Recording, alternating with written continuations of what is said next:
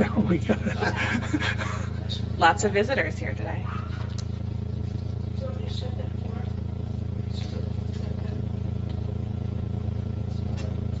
Okay. Yeah, Ron, is your source still on the line?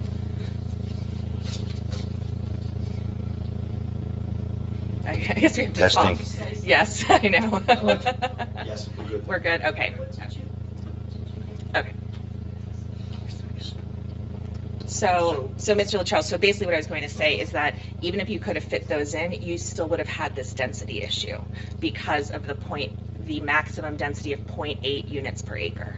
So it's not really a matter. So it's not like if you were to do the, it's basically that even if you could have gotten a cul-de-sac in there and money was no object, the density, and I'm gonna be honest, this is a very old ordinance, and I generally, that's especially for a minor subdivision like this is why we have minimum lot sizes, but that's not how the township ordinance is written. So that's what yes. So so the way that it's been written and the way that it remains written is yes, either and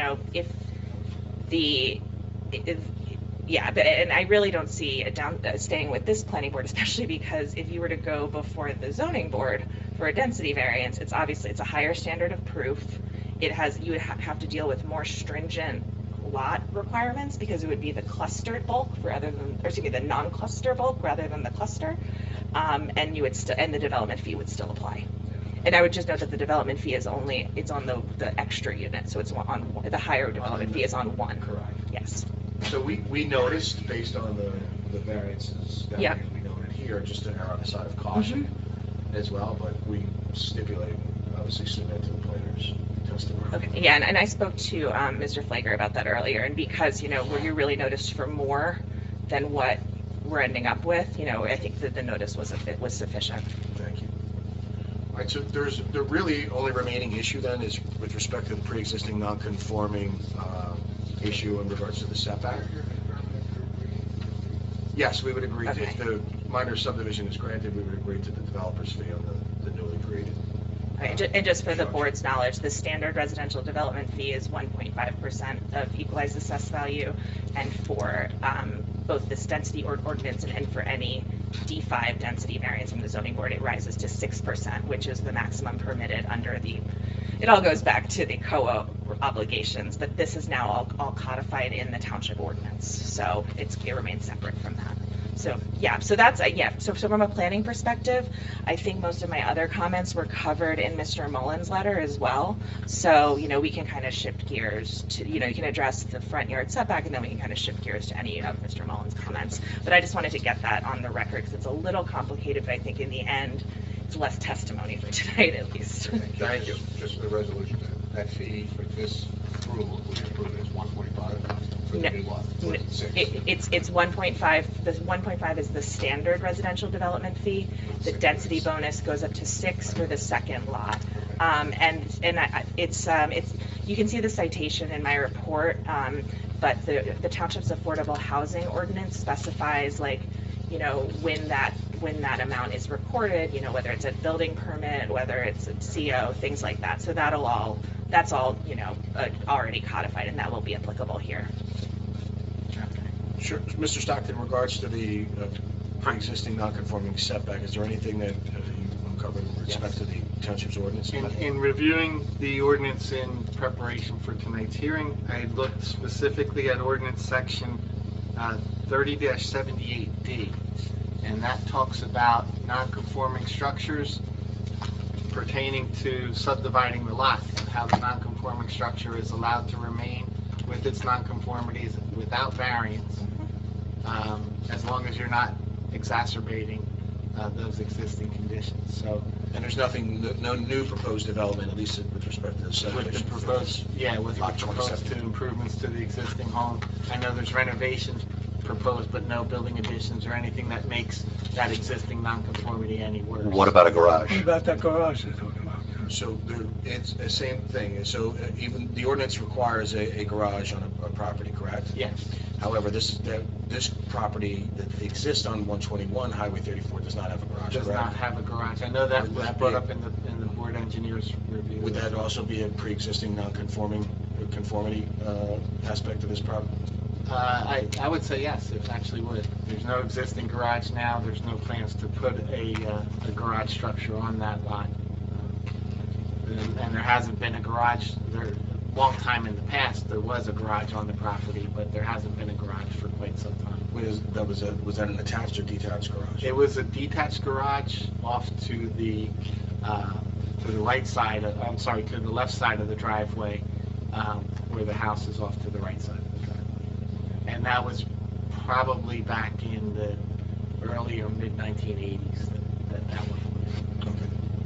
So if this lot were sold, the pre-existing home lot were sold, and someone wanted to put a garage, they could do so, but not within the setback area. Oh, Right? they could absolutely put a Correct. garage on there. It would just have to comply with, and I don't think any of these would be an issue, things like coverage, side yard setback, et cetera. It just couldn't be, it would have to meet that 50-foot setback from the frontage. Yes, and I agree with everything Mr. Stockton just said. That is a provision with regards to non-conforming setbacks for subdivisions in particular. And I think from my perspective, it was more just a question of making sure the renovations, you're not going to add a porch or anything that like juts out further, things like that.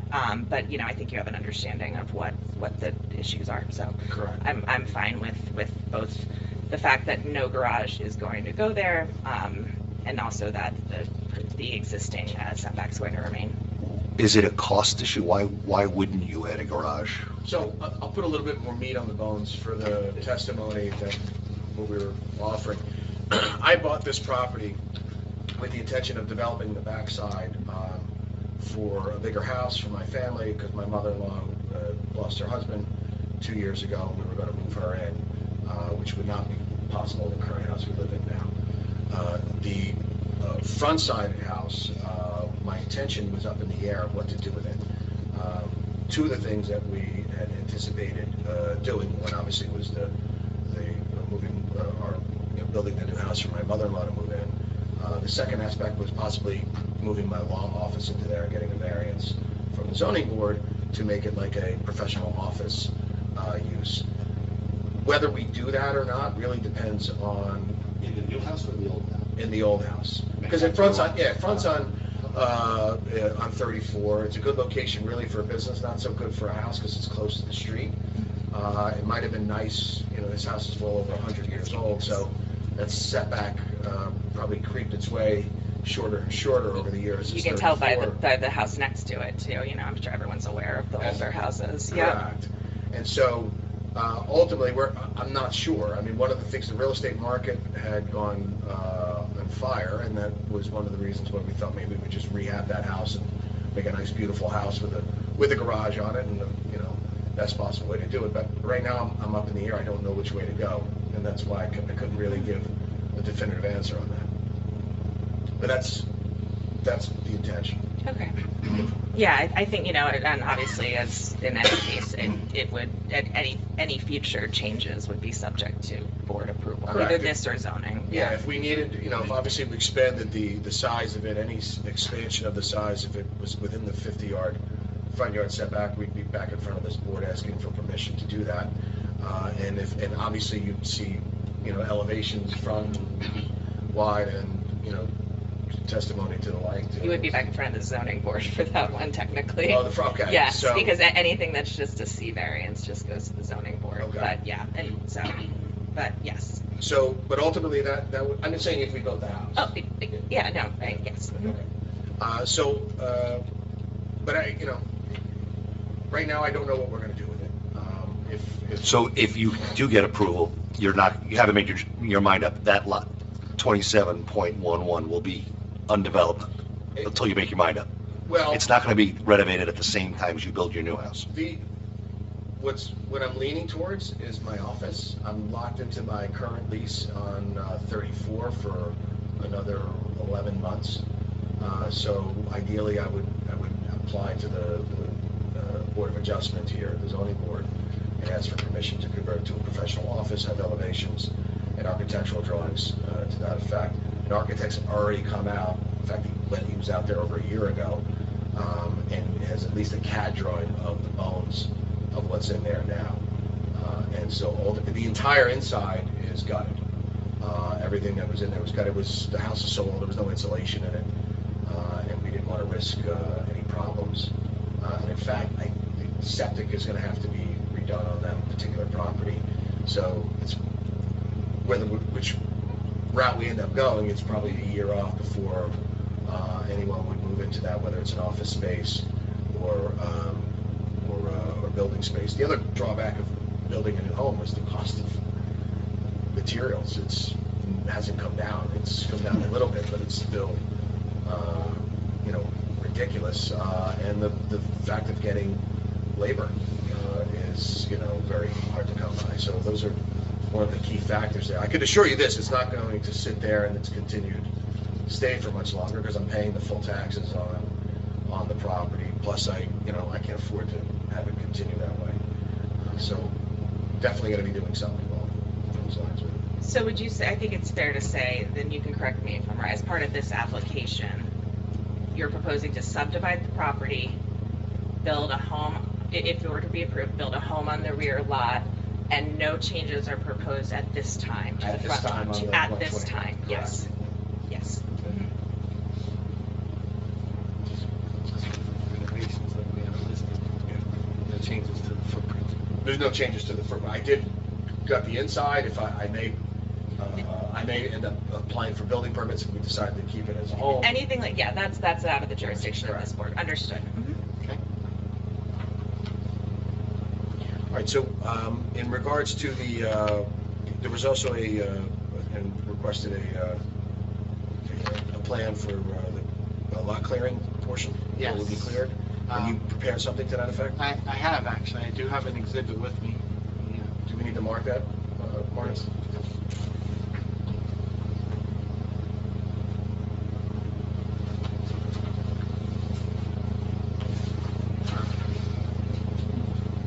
A1 mark.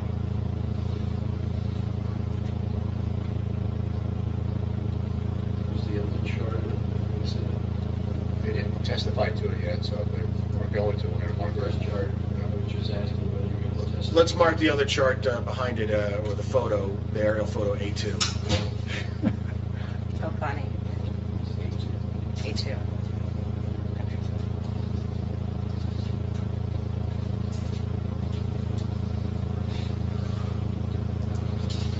So Exhibit A2 that's on the easel now is the layout of the tract boundary and the proposed minor subdivision, all superimposed on an aerial map exhibit to show how the property fits with the surrounding neighborhood, to show how the proposed subdivision and proposed home layout that's shown on the site drawings fits with regard to the surrounding neighborhood and the existing street. What is A1? A1 is, I guess, an expansion of the environmentally sensitive land areas map that is in the set of drawings. This would be a revised sheet 3 of 6 set of drawings. And what this exhibit shows, in addition to the site topography and the general limits of the wooded areas, and the steep slope areas that I found and documented on the plan. As a result of the completeness here for the project, there was a request that we show the existing trees in the wooded area or the back end of the project site. And this shows the existing trees together with the proposed limit of clearing. Altogether, we're going to clear about 21,000 square feet of the trees. And then altogether, I noted in that back area, the whole back area, I located 225 trees altogether. So about 38% clearing. In the work that I did, I didn't come across any significant specimen trees or anything like that. Most of the trees that I found in here were either locust or tulip poplar or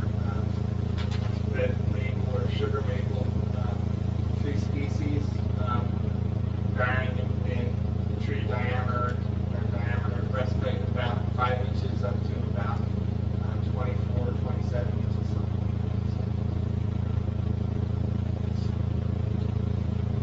Now, with respect to you had an opportunity to review the township planner's letter? Yes. From August 1st? Yes. And in that letter, it talks about the maximum amount of clearing would be for a lot of 1.26 acres, such as the proposed lot on A1, correct? Yes, it does. And what's that limit?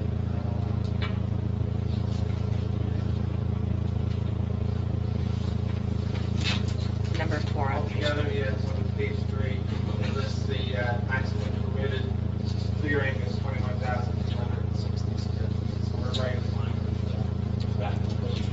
Is it permitted? What I did and what I do want to note with regard to the exhibit, the limited clearing is the 21,000 square feet that I mentioned.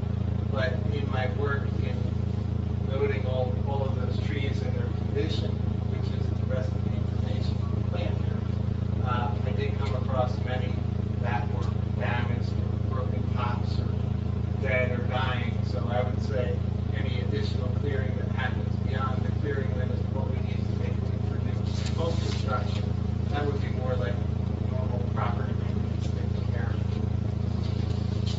a handful of extra trees that Would you consider, I know it's not required, but would you consider replacing with saplings or whatever trees on 21, whatever that lot number is, 2711, adding trees there to replace some of the trees removed from 2712? So there's definitely an intention to replace a lot of the trees, because what happens once those come out, you've got a straight view or a clearer view than what exists now to 34, which doesn't fall in line with the type of house we're trying to build. So that's partly why the reason we kind of tilted the house a little bit. Two reasons really. One is because the depth of the lot really is leaning towards away from the frontage, so we wanted to really capture some of that depth. And the second part was it's more aesthetically pleasing for the homeowner and for everything else for it to be facing the wooded area that we're keeping in the back versus 34. But we would be adding a lot of trees to put a buffer along that property line that separates the two subdivided properties. All right, yeah, I understand what you're saying. Would the trees be planted on the existing lower lot? It would be a combination of the two, simply because I don't hang on to them, I still want the trees to stay there. So if I sell one of them and someone cuts it down, and I keep the other one, now I got the same problem again. Would you? want to kind of fill in the gaps, set a few lines out to which. Correct. Would you find it acceptable to offer that as a condition of approval? So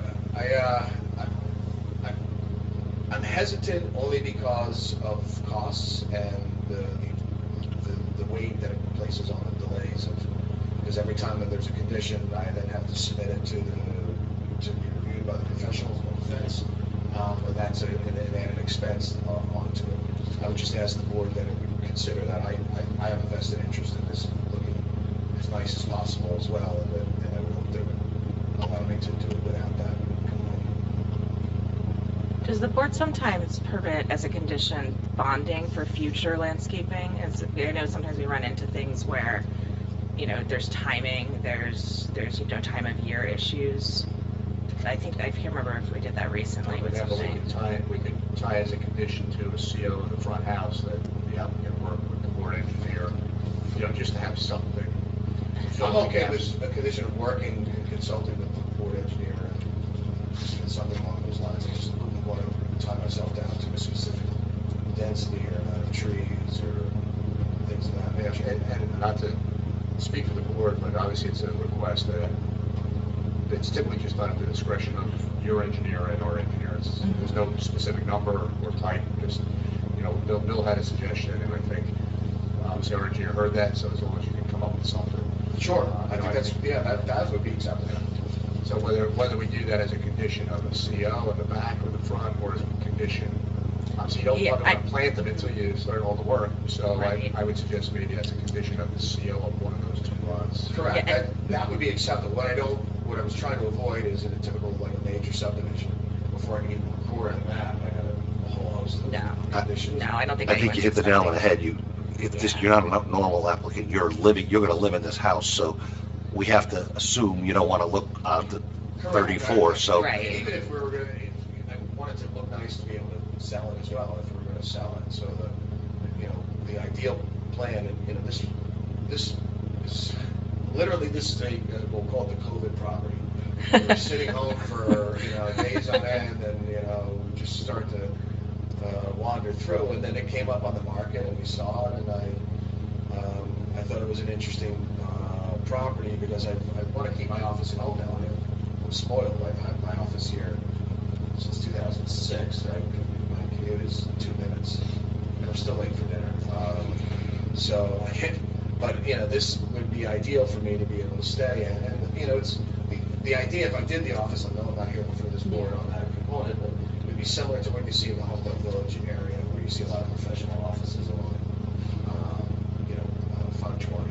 Yeah, I would also note, but if it were to be tied to the trees tied to a CO, you may want to not do the front building, because if you were, even though I know it's your property, but landscaping and buffering would be required as part of, if it were to become a non-residential use. So that would be something totally separate than this. Yeah, so I don't want them stepping on each other, right? So there's only conditions. Yeah, I mean, because you had buffering residential and non-residential, so I think we want to, like, maybe at this point, just the idea of working with the board professionals to fill in landscaping where trees are being removed on either property. Yeah, that's Yeah. Okay. And that would, and what's the timing of that for the resolution? I just want to make sure I have that. I mean, this would really, how does it usually go about? Do they approve a landscaping plan? They don't have to have the. What I would say is at the time that we submit for the individual plot plans or Yeah. grading plan reviews, that we include those details in that. Does that work for you, That's Bob? fine. Okay. We would be reviewing the plot plans, but certainly the township engineer who does review them will have access to the resolution and these signed plans at the time.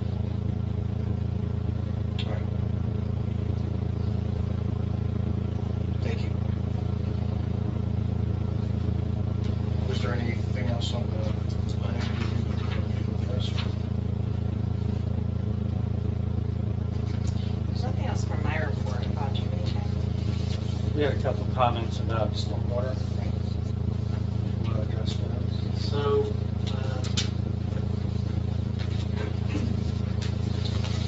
referring back to the day one, show the proposed.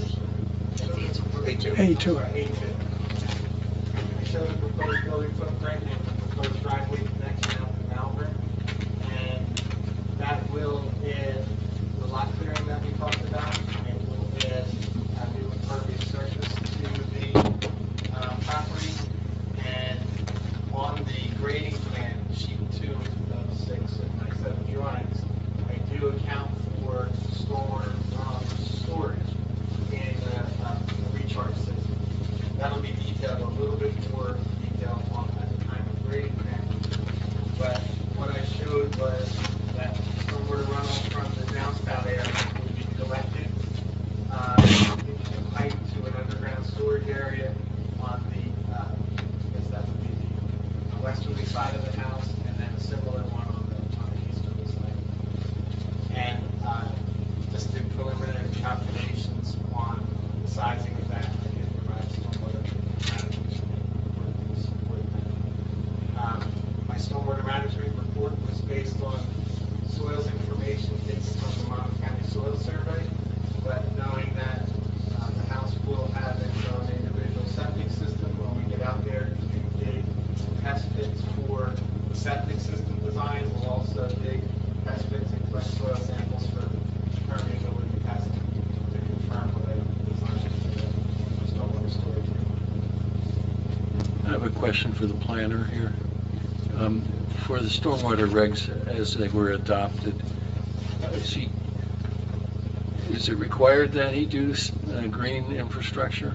No, right? No, No. it doesn't qualify as a major development. That's what I thought, so he's doing this as a favor, the right thing to do. Yeah.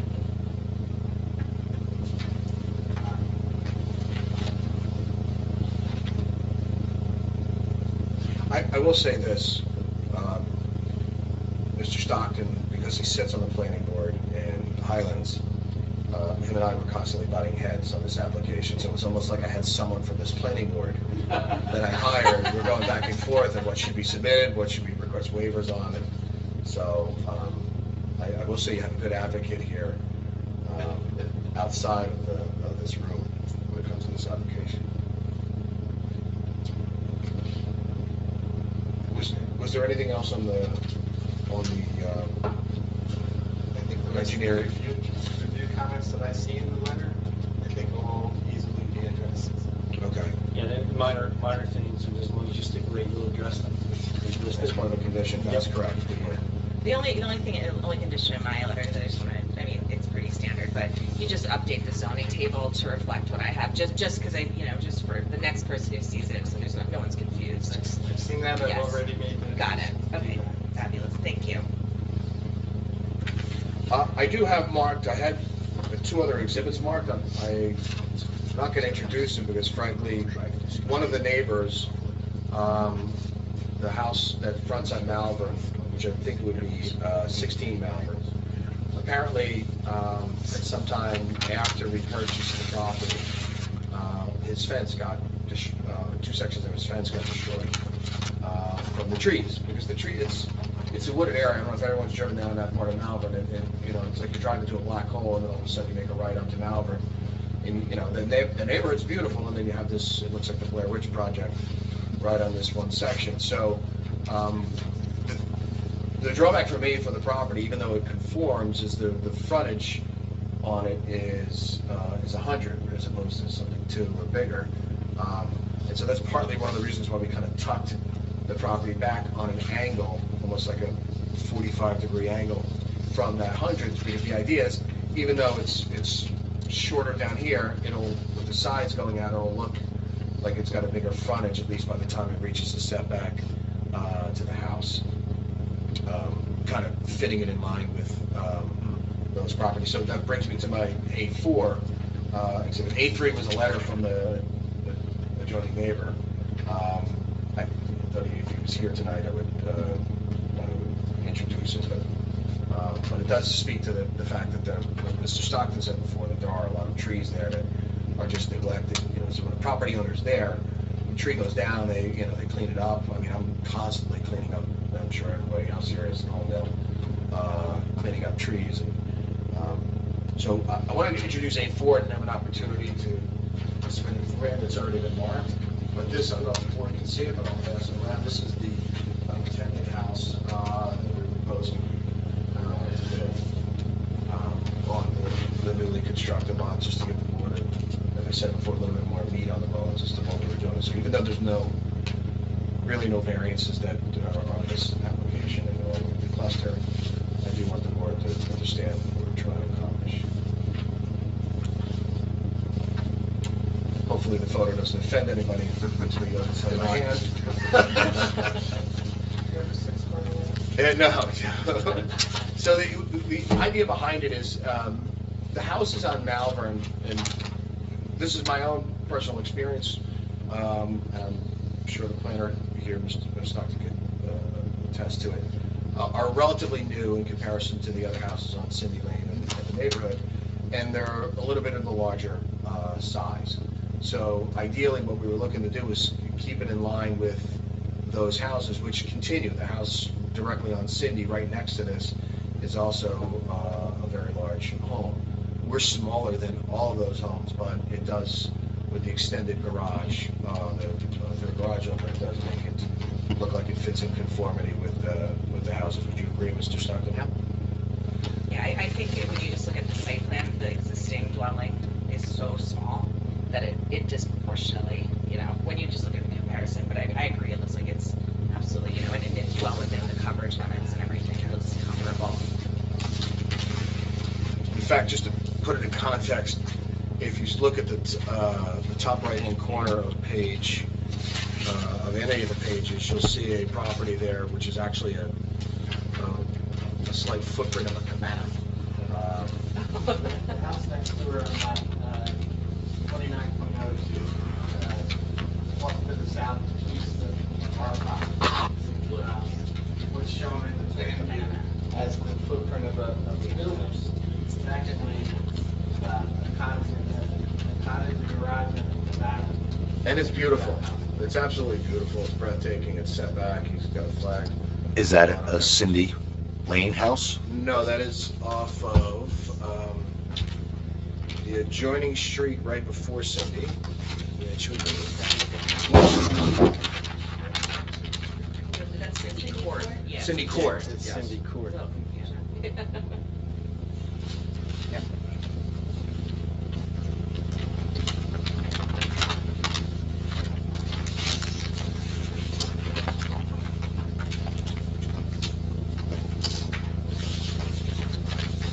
At this point, if the board has any questions, I have nothing further to add on to the application.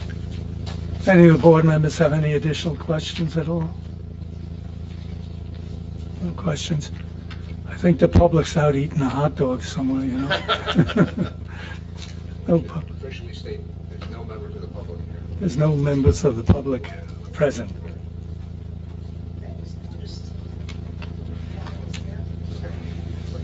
So this, He's also out. Yeah, so we should close the public. close to the public. Yeah, I'm sorry, ask for public comment too. There's obviously no public here, so there's no public comment either, so we'll Right. close it to public questions and comments. Let's close it to public questions and the comments.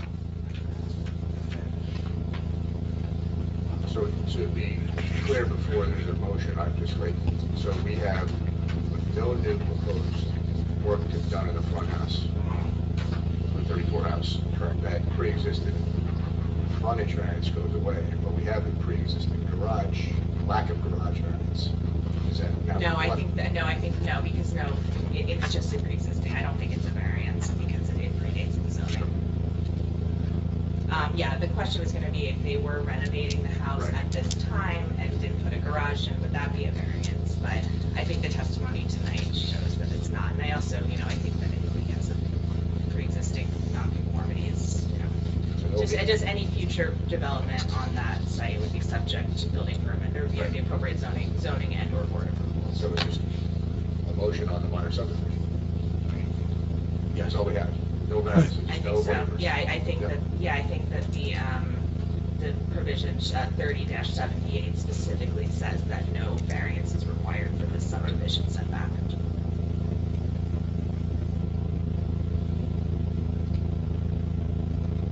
So you can ask for a motion, this is the board discussion.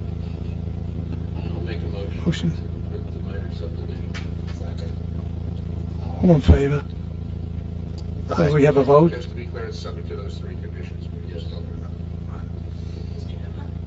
Yes. Yes. Yes. Yes. Yes. Yes. Thank you. Thank you very much. Thank you very much. Okay. We're gonna get a good luck hot dog outside now. Good evening, everybody. Okay, thank you. Good luck. You got it, thank you. Does anyone have that photo of the house? I think Bonnie can, That'd be perfect. Yeah, thank you. Perfect. Yes, perfect, thank you so much. I didn't introduce it, but here I did talk about it, so. I would unmark it. It was, I don't know if you want me to introduce it? We're closed. Now we're closed.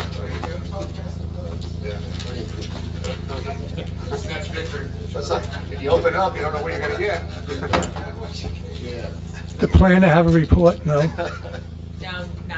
Engineer? No reports, Mr. Chairman, thank you. No? Attorney? I have a Hey. motion to join. I have a question. Oh, for the planner. Have you formed your advisory committee? I have not, but I've been having, there was, we're busy week last week in the township. I spoke to the administration's office. We are on board very soon. We have not formed it yet, though. Right. And you said that you've completed much of your due diligence that the state requires for things to be reported on. Can you give us a briefing on what those summaries are about our existing state at the next meeting? Yeah, it's very dry. It's a lot of it will be familiar to you. I mean, that's in the eye of the beholder. It's a lot. A lot of it will look familiar from the TNM rep report from a couple years ago. If you are familiar with that, really just reviews of existing facilities in the township, their conditions, and we were able to use a lot of that material. We've looked at existing open space, existing acreage, look at what's in what zone and what things could potentially be used for. But yes, I can give a briefing on that. Thank you. Sure. And next meeting, hopefully you can tell us who's on the advisory committee. That will be separate. But yes, but yes, yes, we'll give you a update next as well. Thank you. so we took a motion for adjournment already. Yeah. Okay.